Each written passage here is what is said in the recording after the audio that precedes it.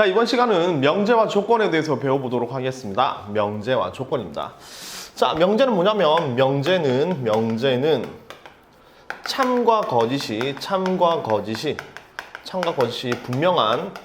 분명한 또는 정해져 있는 분명한 식 또는 문장, 얘를 우리가 명제라고 부르고요.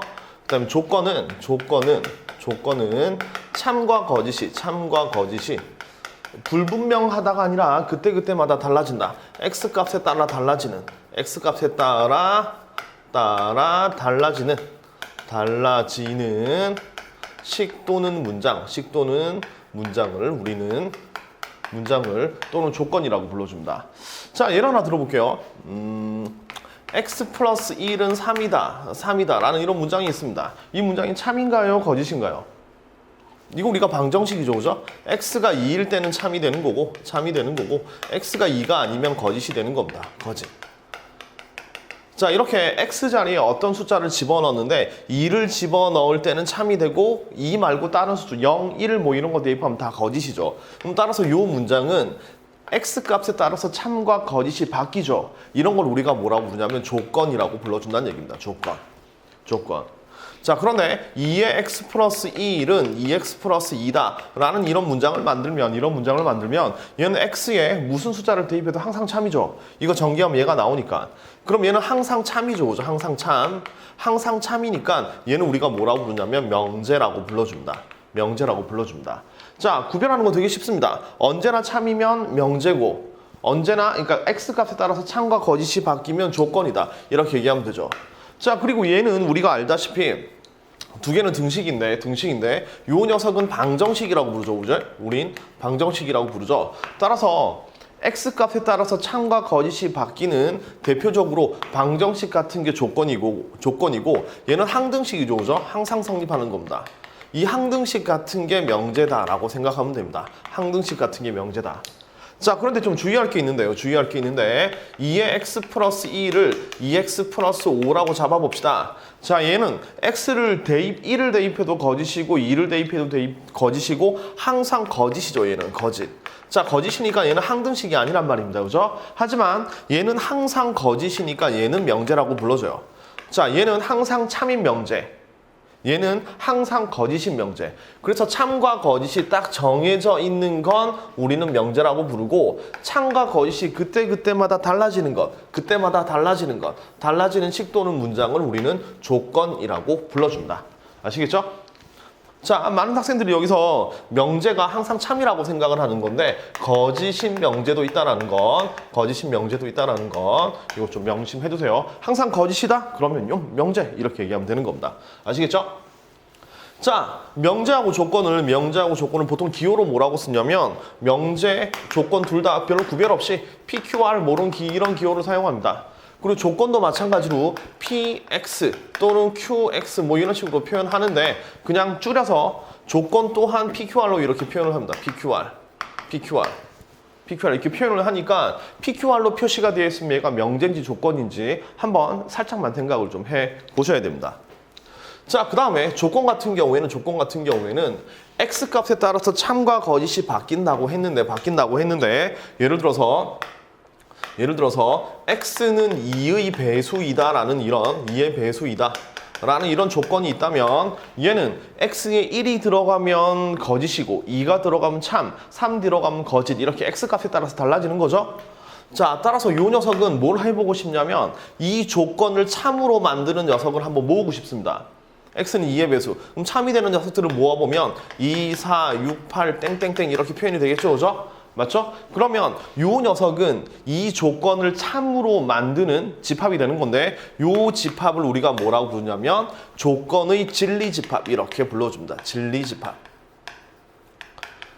자, 다시 한번. 진리집합은 조건을 참으로 만드는 값들을 모아둔 이걸 우리가 진리집합이라고 불러줍니다. 그리고 편의상 요 조건을 P라고 얘기했을 때 이거랑 좀 맞춰서 대문자 P 보통 이렇게 많이 써줍니다. 굳이 이렇게 써야 되는 건 아닌데 보통 조건 P의 진리집합 라지 P가 되는 거고 요 녀석은 이 조건을 참으로 만드는 녀석 이렇게 생각하면 됩니다. 아시겠죠? 그리고 좀 센스 있는 학생들은 이 조건이라는 걸 여기다가 집어넣고 P는 X바 X는 2의 배수라고 쓰면 이게 바로 조건제시법이죠. 조건제시법. 집합의 표현 방법 중에서 조건제시법이죠. 이 조건제시법에 나오는 조건이라는 게 바로 여기 들어가는 겁니다. 알겠죠? 그래서 명제하고 그러니까 집합하고 명제와 조건은 거의 그냥 같은 쌍으로 묶여 있다. 이렇게 생각하시면 돼요. 자, 다시 한번 정리를 하겠습니다. 명제는 참과 거짓이 분명한 식 또는 문장이고 조건은 X값에 따라서 참과 거짓이 바뀌는 식 또는 문장이 조건이고 진리집합은 조건을 참으로 만드는 것의 모임, 만드는 것의 집합 이렇게 생각하면 됩니다. 자, 요 용어들은 잘 기억을 해 주세요. 자, 두 번째. 이번엔 이 조건들을 하나만 할 수 있는 게 아니라 조건을 여러 가지로 연결시킬 수 있습니다. 예를 들어서 P라는 조건이 있고 그 다음에 Q라는 조건이 있으면 이거 두 개를 서로 연결시킬 수 있어요. 자, 연결시키는 방법은 접속사는 두 가지입니다. AND하고 OR입니다. P or Q. 그러니까 조건 두 개를 AND하고 OR로 서로 연결시킬 수 있다는 얘기입니다. 자, 어떤 식당에 갔는데 나의 조건은 두 가지입니다. 두 가지다. 맛이 있다라는 거랑 그 다음에 가격이 싸다. 요 두 가지 조건을 PQ라고 생각을 해보죠. P라는 조건 맛이 있다. 그 다음에 Q라는 조건 싸다.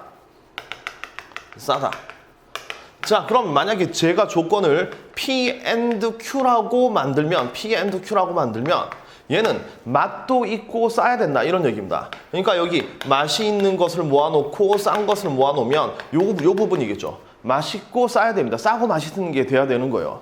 자, 예를 들어서 여기 들어가는 건 맛은 있지만 비싸죠. 그럼 제 선택이 안 되는 거고 이건 뭐 안 먹는 거고 요 부분은 맛이 없죠. 그죠? 이건 먹을 필요가 없는 거죠. 맛 없고 싼 거는 굳이 먹을 이유가 없으니까 내가 음식을 선택하는 기준은 P and Q라고 쓰면 맛도 있고 싼 것을 먹어야 된다 이런 얘기입니다.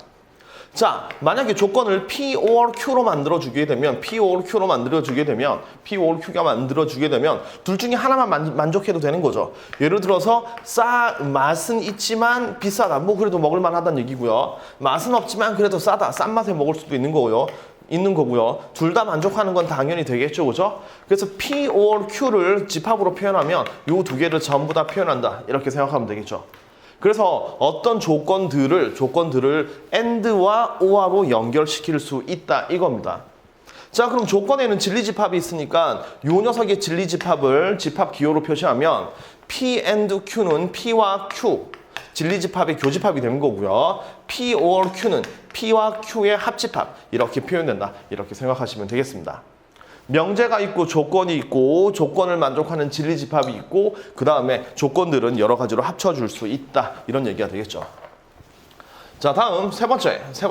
명제하고 조건을 부정할 수가 있습니다. 명제와 조건의 부정입니다. 명제와 조건의 부정. 예를 들어서 P라는 어떤 명제 또는 조건이 있는데 P의 부정을 앞으로는 뭐라고 쓰냐면 앞에 물결 표시 P 이렇게 씁니다. 읽을 때는 얘를 not이라고 읽어요. not. 요 녀석을 not이라고 읽습니다. 그러니까 P의 부정은 not P, Q의 부정은 not Q 이렇게 만들어지는 거죠. 자, 그런데 여기서 좀 조심해야 될 게 뭐 양수이다라는 조건이 있다고 봅시다. 양수이다. 뭐 X를 지금 생각했습니다. X는 양수이다가 아니라 그냥 양수이다라는 조건이 있는데 얘를 부정하게 되면 양수의 부정을 음수이다 라고 생각하면 안 돼요. 알겠죠? 양수의 부정을 음수다. 음수는 반대말이잖아요. 그죠? 자, 부정은 반대말의 개념이 아니라 집합으로 따지면 여집합의 개념입니다. 여집합. 그래서 양수이다를 부정하게 되면 음수이다가 아니라 양수가 아니다 이렇게 얘기하는 게 맞아요. 양수가 아니다. 왜 그러냐면 숫자는 양수 아니면 음수 아니면 0이 있는데 양수가 아닌 건 음수하고 0을 포함해야 되는 거죠. 그러니까 양수를 부정하면 음수가 아니라 양수가 아니다 이렇게 얘기하는 겁니다. 아시겠죠? 다시 좋아한다를 부정하면 싫어한다가 아니라 좋아하지 않는다 이 정도만 얘기하면 돼요. 알겠죠? 되게 소심하게 이렇게 얘기하는 겁니다. 싫어한다의 부정은 싫어하지 않는다 뭐 이렇게 생각하면 되겠죠. 자, 그래서 조건을 부정하게 되면 앞에 물결 표시를 붙이고 not이라고 쓰고 무엇이 아니다 이렇게만 표시해주면 됩니다. 그럼 여기 나와 있는 조건들을 합쳤을 때 P and Q라는 조건이 있습니다. 그럼 요 녀석을 부정하면 어떻게 되느냐? 요걸 부정하면 어떻게 되느냐? 자, P and Q를 부정하게 되면 not P or not Q 이렇게 만들어집니다. 자, 그래서 and를 부정하게 되면 or가 된다 이렇게 생각하면 돼요. and를 부정하면 or가 된다. 자, 요 녀석은 집합으로 설명하면 조금 더 깔끔한데요. P and Q라는 걸 집합으로 표시하면 P 교집합 Q죠, 그죠? 그 다음에 앞에 부정은 여기 여집합의 개념이기 때문에 P 교집합 Q의 여집합은 P의 여집합, 합집합, Q의 여집합이라고 쓸 수 있죠, 그죠? 맞죠? 이건 뭐냐면 드 모르간의 법칙으로 그냥 펼쳐준 겁니다. 이걸 다시 명제로 돌려버리면 P가 아니다, not P. 그 다음에 합집합, or. 그 다음에 PQ가 아니다, not Q. 이렇게 적어주면 되는 겁니다. 그래서 여러분 기억하기로 and를 부정하면 or가 된다 이겁니다. 하나 더 있겠죠. 이번에는 not P or Q의 부정입니다. P or Q의 부정. P or Q의 부정은 P를 부정하고 not P가 되고 Q를 부정하면 not Q가 된 상태에서 or를 부정하면 뭐가 될까요? 그렇죠. or를 부정하면 뭐가 되냐면 and 이렇게 만들어지는 겁니다. and. 자, 이런 논리적인 체계로 만들어지는 거니까 이거 잘 기억을 하세요. 자, 다시 한번. 명제하고 조건을 구별해야 되는 겁니다. 항상 참 또는 거짓인 것 명제라고 부르고 x값에 따라서 참 거짓이 바뀌는 걸 조건이라고 부르고 조건을 참으로 만드는 걸 진리집합이라고 부르고요. 조건 여러 개를 and나 or로 연결시킬 수 있는데 그건 진리집합으로 교집합과 합집합의 개념이다라는 것. 그 다음에 어떤 명제 또는 조건을 부정할 수 있는데 부정할 때 기호는 앞에 물결 표시를 붙이고 읽을 때 not이라고 읽습니다. 그리고 마지막으로 그 다음에 부정이라는 게 반대의 개념이 아니라 여집합의 개념이라는 것, 무엇이 아니다 이렇게 해석을 해주고요. 이렇게 and하고 q로 연결된 조건들의 부정은 드 모르간의 법칙을 써서 and를 부정하면 or, 그 다음에 or를 부정하면 and가 된다는 것, 이런 식으로 잘 정리를 해주시면 되겠습니다. 아시겠죠?